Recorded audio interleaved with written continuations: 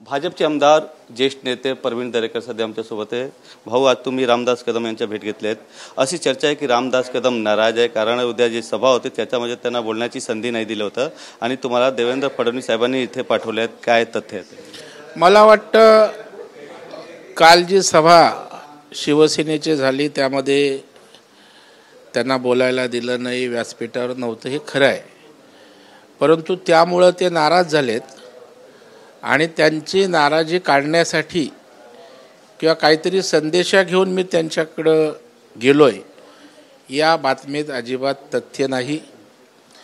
तसा मी नेहमी वरचेवर त्यांना भेटत असतो, आमचा संवाद होत असतो।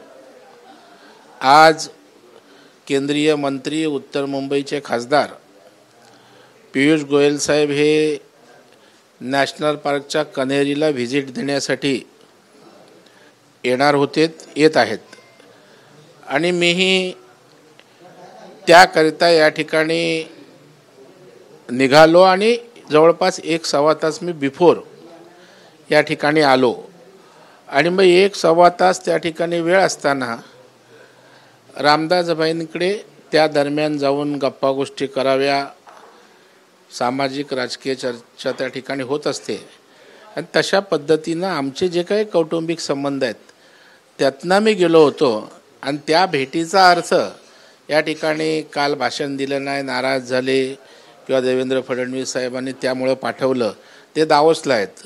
त्यांचा आणि माझा संपर्क कसा काय होईल ते कुठेतरी विमानात असतील। मला वाटतं अशा प्रकारची कुठलीही नाराजी काढण्यासाठी किंवा त्या संदर्भात मी गेलो नव्हतो। ते नाराज आहेत की काय मला कल्पना नाही, परंतु आमच्या या अर्थार्थी भेटीचा त्याच्याशी संबंध नव्हता। जवळपास अर्धा तास तुमच्यासोबत चर्चा झाली, ते रामदास भाऊने काय तुम्हाला सांगितले कालच्या सभेबद्दल? नाही, अर्धा तास नाही, पाऊण तास आम्ही होतो।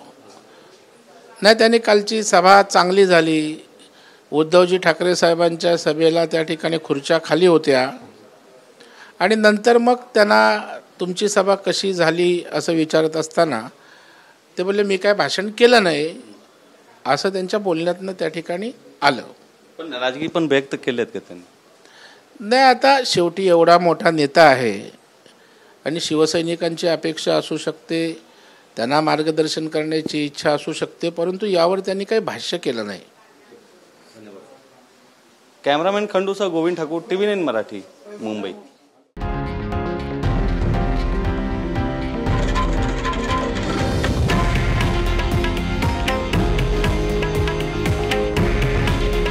हे आहे देशातील नंबर 1 न्यूज नेटवर्क आणि आपण पाहत आहात TV9 मराठी। काळजी तुमची, हित महाराष्ट्राचं।